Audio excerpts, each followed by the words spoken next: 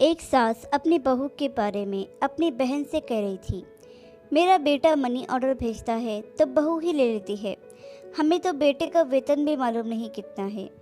कभी बहू बेटे से कोई शिकायत नहीं की। वह वही करते हैं जो उनका दिल करे। बहू अपने बच्चों को छोड़कर मायके चली जाती है कि बुआ और दादी संभाल लेंगे। लेकिन अगर कभी मेरी बेटी कहीं चली जाए तो उसके वापस आने तक बहू कमरे से बाहर ही नहीं निकलती कि कहीं माँ जी को कुछ पका कर ना देना पड़े। और जब मेरी बेटी वापस आती है तब भी मुझे रोटी पका कर देती है, या कभी कभी रोटी पका कर रख जाती है कि अम्मा गरम करके खा लेना। लेकिन बहू जहाँ जाती है बस यही कहती है कि मैं अच्छी रहती हूँ, इसीलिए मेरी सास और ननंद भी अच्छे रहते हैं। कुंवारी बेटी है मेरी, मगर भाई ने कभी रुपया खर्च करने को नहीं दिया। और बहू पैसे आते ही शॉपिंग पर निकल जाती है और शॉपिंग से आते ही हमें बेवकूफ़ समझते हुए कहती है कि ये मेरी माँ से ने लेकर दिया, ये मेरी माँ ने लेकर दिया और ये मेरी बहन ने लेकर दिया। चीज़ें हमारे बेटे के पैसे से लेकर आती है, मगर नाम अपने मायके वालों का करती है।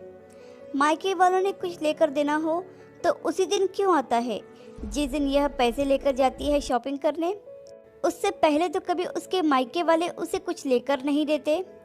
वह अपने माँ और बहन को भी शॉपिंग पर साथ ले जाती है, लेकिन कभी अपने ननद से नहीं कहा कि मेरे साथ तुम भी चलो शॉपिंग पर। मुझे तो शक है कि यह मेरे बेटे के पैसों से अपने मायके वालों का घर भर रही है। मेरी बेटी नौकरी करती है, थोड़ा बहुत कमा लेती है, उसी में हमारा गुजारा हो जाता है। किचन अलग है लेकिन लाइट बिल एक साथ आते हैं। हम माँ बेटी इलेक्ट्रिक की कोई चीज़ इस्तेमाल नहीं करते सिवाय पंखे और इस्त्री के। फ्रिज तो एक ही है, बहू कूलर चलाती है, माइक्रोवेव है, जूसर भी है, मगर बिल में हिस्सेदारी आधी आधी होती है। मुझे तो यह समझ में नहीं आता कि माँ को खिलाना किसकी जिम्मेदारी है, बेटी या बेटे की। लेकिन फिर भी मेरी बेटी अपना कर्तव्य पूरी ईमानदारी से निभाती है। सब कुछ बर्दाश्त कर लेती हूँ, खामोश रहती हूँ ताकि जग हंसाई ना हो। बदनामी होगी तो मेरे ही बेटे बहू की होगी, मुझे कैसे अच्छा लगेगा। बेटी से भी यही कहती हूँ कि अपना वक्त खामोशी से गुजारे।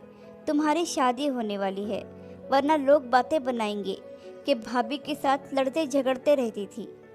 मैं और बेटी पैसे जोड़ जोड़ कर रखते हैं ताकि बेटी की शादी में काम आए। मुझे अपने बेटे से तो कोई उम्मीद नहीं है, मेरे बेटे के भी बेटे हैं। कल जब उसकी बहू आएंगी तो उसके साथ ऐसा करेगी, तब उसे इस बात का एहसास होगा कि विधवा माँ और अनाथ बहन ने किस कदर तकलीफ़ से अपनी ज़िंदगी गुजारी है।